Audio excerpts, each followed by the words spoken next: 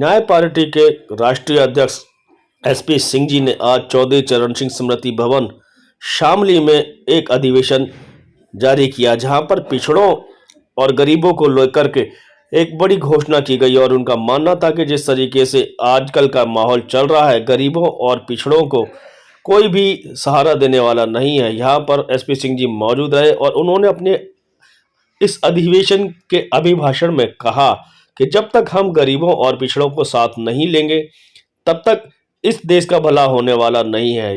इस मौके पर तमाम लोग यहाँ पर पदाधिकारी मौजूद रहे और साथ ही साथ सभी ने एकजुट होकर के ये आवाज उठाई कि पिछड़ों में जो भी कमियां रही हैं उनको कैसे दूर किया जाए। आज तक कभी भी किसी ने पिछड़ों को लेकर के, अगर गरीबों को लेकर के इस तरीके का काम नहीं किया। तमाम पार्टियां आई और गईं, मगर पिछड़े अपनी जगह रहे। उन्हें सिर्फ वोट बैंक के लिए इस्तेमाल किया गया और इस्तेमाल होने वाले ये लोग अब सत्ता चाहते हैं। जनगणना भागीदारी के साथ उनको जितनी जिनकी संख्या भारी, उसकी उतनी हिस्सेदारी। इस उद्देश्य को लेकर के एसपी सिंह ने वहां पर अपनी न्याय पार्टी के माध्यम से, न्याय पार्टी उनका साफ साफ कहना है कि प्रस्तावना जो कि संविधान की में दी गई है कि सभी गरीबों वंचितों को एक समान रूप से देखा जाए और उनको न्याय अधिकार एक साथ प्राप्त किए जाएं।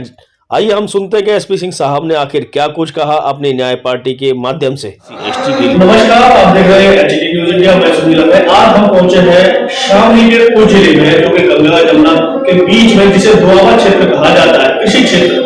और एक यहाँ पर क्रांतिकारी आवाज भी उठती है। जब भी यहाँ से आवाज कोई उठती है, क्रांति का जब बिगुल बजता है, तो वो ना यूपी में ना ही अन्य प्रदेशों में बल्कि पूरे देश की आवाज बनती है। और उसके साथ यहाँ पर आज महासम्मेलन होने जा रहा है गरीब पिछड़ों को साथ लेकर के। न्याय पार्टी के राष्ट्रीय अध्यक्ष हमारे साथ मौजूद है एसपी सिंह जी। सीधे बात करेंगे एसपी सिंह जी, जो महासम्मेलन लगातार करते आ रहे हैं और उनका जो वर्चस्व धीरे धीरे बढ़ता हुआ दिखाई दे रहा है, जो उनके साथ जुड़ता चला जा रहा है। आखिर इसकी वजह क्या है? सिंह साहब, लगातार आप महासम्मेलन कर रहे हैं, पिछड़ों को लेकर के साथ चलने की बात कर रहे हैं, गरीबों को साथ में लेकर चलने की बात कर रहे हैं। आपको जो जनाधार मिल रहा है उसका असर आपको कैसा देखने को मिल रहा है? देखिए, जमीनी स्तर की लड़ाई है, गरीबों की लड़ाई है, पिछड़ों की लड़ाई है और संविधान के अंतर्गत जो अधिकार दिए गए हैं उनकी लड़ाई है। संविधान में तो लिखा है, संविधान में तो गरीबों के लिए लिखा है, पिछड़ों के लिए लिखा है, दलितों के लिए लिखा है, लेकिन संविधान को लागू कौन करे? संविधान को लागू करने की जिम्मेदारी जिन पर है वो खुद ही एक बहुत ही बड़ी मानसिकता से ग्रसित है। उनकी जो मानसिकता है वो मानसिकता ऐसी है ही नहीं कि गरीबों को उनके अधिकार दिए जाएं, पिछड़ों को उनके अधिकार दिए जाएं। संविधान में बहुत कुछ लिखा है और जो बाबा साहब ने, डॉक्टर साहब ने संविधान को निर्मित करके हमें दिया है, हमारी पीढ़ी को दिया है, तो वो बहुत ही दुनिया में सर्वश्रेष्ठ संविधान है। यदि संविधान को यहाँ लागू कर दिया जाए तो यहाँ का हर वर्ग सम्मान होगा और हर गरीब समान अधिकार प्राप्त करेगा। जब गरीब समान अधिकार प्राप्त करेगा तो देश अपने आप सोने की चिड़िया हो जाएगा। संविधान की जो प्रस्तावना है, पहला ही पन्ना जिसे कहते हैं, उसमें साफ साफ लिखा है कि सभी लोगों को, चाहे वो अमीर हो, गरीब हो, किसी भी जाति, किसी वर्ण में रहता हो, वो समानता के आधार पर हर क्षेत्र में, चाहे वो शिक्षा का क्षेत्र हो, चाहे वो आर्थिक क्षेत्र हो, चाहे वो अन्य क्षेत्र हो, उनको बराबरी का दर्जा देना चाहिए। लेकिन अभी तक लगभग 75 साल होने जा रहे हैं, अभी प्रस्तावना को ही क्यों नहीं माना जाता? जितनी पार्टियां आती है वो सिर्फ अपने एजेंडे लेकर चलती है, ऐसा क्यों? देखिए, भारतीय संविधान के अनुसार ही सभी पार्टियों को मान्यता प्राप्त होती है, लेकिन बहुत सी पार्टियां अपने आप को हाईलाइट करने के लिए या विशेष वर्गों को सुविधा पहुंचाने के लिए उसे डाइवर्ट हो जाती है और डाइवर्ट होने की वजह से ही वो अपने रास्ते से भटक जाती है। अन्यथा भारतीय संविधान में साफ साफ लिखा हुआ है कि अंत्योदय, आखिरी पायदान पर खड़े हुए व्यक्ति की पैरवी करके उसे आगे बढ़ाओ। और ये भारतीय संविधान ही है कि जो हर व्यक्ति को इस बात की गारंटी देता है कि उसके रोटी का सम्मान होगा, उसे रोजगार और समान अवसर प्राप्त होंगे। लेकिन समान अवसर जो देने वाले लोग हैं उनकी नीयत सही नहीं।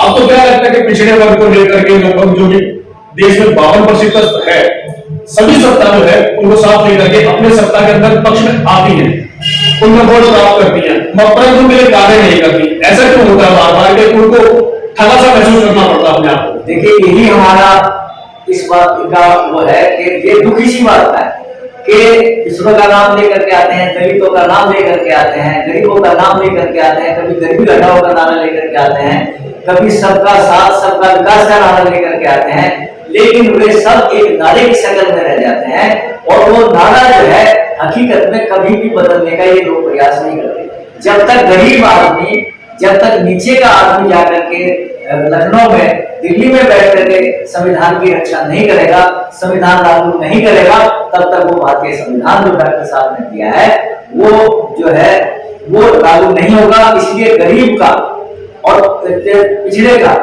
और दलित तबके का व्यक्ति वहां पर बैठना चाहिए और वही उस संविधान को लागू कर सकता है। तभी हम इस देश से और इस प्रणाली से न्याय की आशा रख सकते हैं और न्याय पार्टी इसी के लिए काम कर रही है। आपने नारों की बड़ी बात की, आपके पीछे भी जो आपने न्याय पार्टी का महासम्मेलन याद कर एक नारा लिखा हुआ है, गरीब पिछड़े एक हो जाओ, संघर्ष करो, अधिकार पाओ। क्या मकसद है? ये बाबा साहब डॉक्टर अंबेडकर जी का मूल मंत्र रहा है और इसी मूल मंत्र पे आप इसकी एक एक लाइन, एक एक वर्ड देखिए। आप गरीब, इसमें कहीं के किसी भी प्रकार से डिस्क्रिमिनेशन की बात नहीं है, सब गरीब है, मतलब जो भी गरीब है, हम गरीब की बात कर रहे हैं, पिछड़े की बात कर रहे हैं। गरीब पिछड़े एक हो जाओ, संघर्ष करो, अधिकार पाओ। एक एक लाइन इसकी जो है बाबा साहब डॉक्टर अंबेडकर के जो सपना था, जो उनका मूल मंत्र था, जो उनका काम करने का जो उद्देश्य था, उससे प्रेरित है और उसी टैगलाइन पर चलकर हम काम कर रहे हैं। डॉक्टर अंबेडकर जी के सपनों को पूरा करने के लिए ही काम कर रहे हैं। उस भारतीय संविधान को लागू करने की हम बात कर रहे हैं, जो हमारा जो एक तरीके से प्राण है, जो हमारा रक्षक है। भारतीय संविधान की वजह से ही हम आज जीवित हैं और भारतीय संविधान के लिए हमारे भगत सिंह जी हों, चाहे हमारे स्वतंत्रता सेनानी रहे हों, उधम सिंह जी रहे हों, या तमाम क्रांतिकारी लोग रहे हों, उन्होंने लाखों की संख्या में अपने बलिदान दिए हैं और उसके बाद जब जो हमें प्राप्ति हुई है वो भारतीय संविधान की प्राप्ति हमें हुई और भारतीय संविधान ही हमें इस बात की गारंटी देता है कि हम जो है अपने लोगों को ऊंचा उठाने का काम करेंगे और उसी लक्ष्य से प्रेरित होकर के आप काम कर रहे हैं। यही न्याय पार्टी का लक्ष्य है, ये न्याय पार्टी का टारगेट है और न्याय पार्टी के लिए यही वाक्य प्रेरणा और प्राण स्रोत है। तो सर, संविधान की बात सभी करते हैं, लेकिन सत्ता में काबिज होने के बाद में संविधान के जिस तरीके से मौजूदा हालात हैं, उनके जो अधिकार आम आदमी तक पहुंचने चाहिए, चाहे वो आर्थिक क्षेत्र में हो, चाहे सामाजिक क्षेत्र में हो, अधिकारों से वंचित क्यों रखा जाता है और न्याय पार्टी इसके लिए क्या करने जा रही है? न्याय पार्टी इस बात की गारंटी देगी कि जो है गरीब लोगों को जो भारतीय संविधान में उनके जो अधिकार दिए गए हैं वो उनसे छीने ना जा सके और जो वादे करके ये लोग आते हैं या हम भी जो वादे कर रहे हैं, हम अपने वादों पर खरा उतरेंगे। ये हम एक जो है शपथ, हम जो अपना घोषणा पत्र निकालेंगे उसे एक ओथ पत्र निकालेंगे।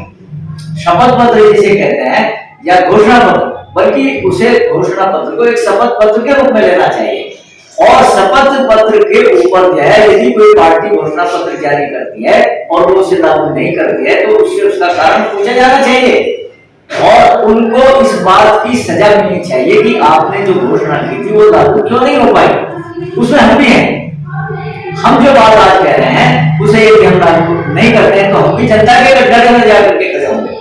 7 साल पहले भी मोदी जी जब आए थे तो संविधान की शपथ ली थी और शपथ लेने के बाद में अब संविधान के सारे पन्ने, सारी धाराएं उलटफेर कर दी गई है, इसके बारे में आप क्या कहेंगे? जनता सर्वोपरि है, जनता सब देखती है। आप जो कहते हैं, जो करते हैं, जो बोलते हैं, जो आप दिखते हैं, जो आप अपने आप को दिखाते हैं, सब जनता सब जानती है और जनता ही उसका जवाब देती है। किसी पार्टी ने 60 साल राज किया, जनता ने उनका औकात में बता दी।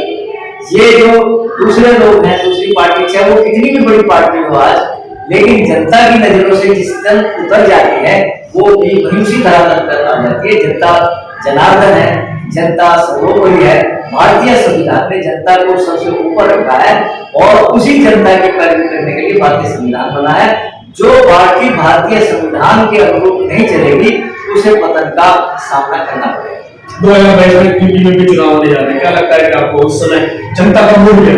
2022 में जनता, हम देख रहे हैं कि हम तो न्याय पार्टी की बात कर रहे हैं, 2022 में उत्तर प्रदेश में न्याय पार्टी के नेतृत्व में सरकार बनेगी, ये हमारा पक्का इरादा है। तो आपका किसी से गठबंधन हुआ है, होने के चांस है? देखिए, गठबंधन के तो ये है कि जो हमारी सामाजिक न्याय की बात करेगा, जो सामाजिक न्याय के सरोकार जो उससे मुद्दे हैं उनकी बात करेगा, जो सामाजिक न्याय दिलाने के लिए कृत संकल्प होगा, जो भारतीय संविधान की रक्षा के लिए काम करेगा, उसका साथ देने को हम तैयार हैं बिना शर्त। ये कोई शर्त नहीं है इसमें कि साहब हमें ये बांटो, ये करें। हम तो ये चाहते हैं कि जो ऐसे एलिमेंट्स हैं आज, जो ऐसे लोग हैं जो ईमानदारी से राजनीति में पिछड़ों की, दलितों की, माइनॉरिटीज की, गरीबों की भागीदारी चाहते हैं, वो सच्चे मन से ईमानदारी के साथ काम करना चाहते हैं, तो वो हमारे साथ है। तो ये थे हमारे साथ एसपी सिंह जी, राष्ट्रीय अध्यक्ष न्याय पार्टी के, और उन्होंने साफ साफ शब्दों में कह दिया कि जो भी गरीबों की, पिछड़ों की बात करेगा, समाज को एक न्याय देने का काम करेगा, उनको सुसंगठित करने का काम करेगा, उनके आर्थिक सहयोग के लिए काम करेगा, उसके लिए साथ है और उनका साथ ले भी सकते हैं और मिल भी सकते हैं। इसी के साथ मैं सुनील है, एचडी न्यूज़ इंडिया।